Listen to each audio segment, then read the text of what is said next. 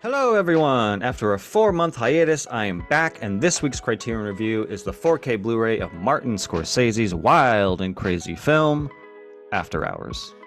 Please hit that like button and subscribe if you're loving these Criterion reviews.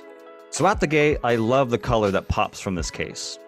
In most Criterion cases, the color palettes are commonly black, white, or brown. Now obviously not every case are those colors, but I feel like the vast majority are. But this case pops with a strong color palette that just like oozes the 80s. Inside the case you get two discs. One is the 4K version, the other is the Blu-ray version with the special features. The design on the disc is a very funny call out to a prop from the film. It's a nice touch. Next is a fold-out essay from Shayla O'Malley. The fold-out is a fun design with it being bright yellow with a little bit of punk rock attitude in the style of like a rock show flyer that you would find stapled on a light pole. But overall, the look and feel of the set is very colorful with a lot of personality. Now let's talk about the content that exists on the disc. Packed within the two discs, you get an interview with Scorsese with writer Fran Lebowitz, which is a fun back and forth discussing everything from living in New York to the 80s, to the bad reception of the film, and plus it's just always fun to watch an interview with the legend himself. Next up, you get a mini documentary on the making of the film, which has many interviews from the cast describing the shoot from their perspective. Then there's my favorite feature on the disc, which is an interview with the production designer and the costume designer. This interview is hands down my favorite, because typically you don't get to hear these types of interviews from these department heads, so it was refreshing to hear them talk about the film and their approaches at costume and production design. I learned a lot about the film just from a costume and production point of view. And wrapping things up, you get audio commentaries, deleted scenes, and a trailer.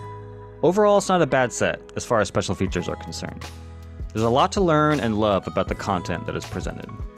That about rounds out the special features on the disc, so let's briefly talk about the film. The plot synopsis from IMDb reads, "An ordinary word processor has the worst night of his life after he agrees to visit a girl in Soho he met that evening at a coffee shop." Well, this was bound to happen at some point, right? When taking up the task of reviewing movies, eventually you're bound to come across a film that doesn't quite resonate with you. And unfortunately, After Hours is that very film. Now, that's not to say that I think this is a bad movie. It's far from it. I just think After Hours is very mid, as the kids would say. But let's start with some positives. First off, this movie, at times, is very funny. And what I love about the comedy is that some of it is subtle, and then there's a lot that is over the top. And I think that Scorsese does a good job at balancing both. I think the performances are great across the board. Griffin Dunne, who plays Paul Hackett, is a blast to watch. But I think it's the supporting cast here who steals the show.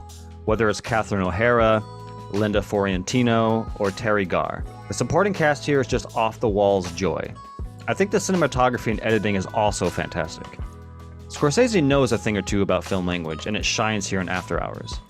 In fact, you can see early stages of his style shine through in After Hours that is later seen in his future films. So all that being said, what's my problem with the movie?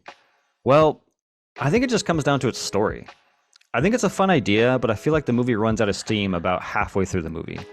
Or in other words, the longer the movie went on and on, I found myself becoming disinterested.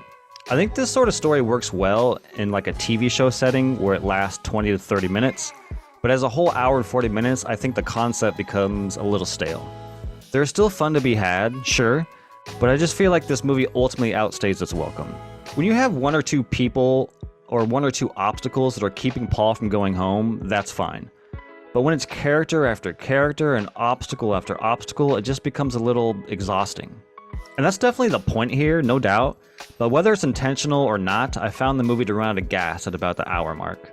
But again, this isn't a bad movie, not even in the slightest. I just don't think it's anything great either.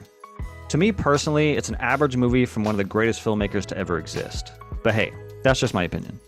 Okay, to wrap things up here, I thought the set was pretty good. Even though I didn't love the movie, I don't regret picking up the set. I got 2 discs worth of special features and a fun and unique fold-out essay.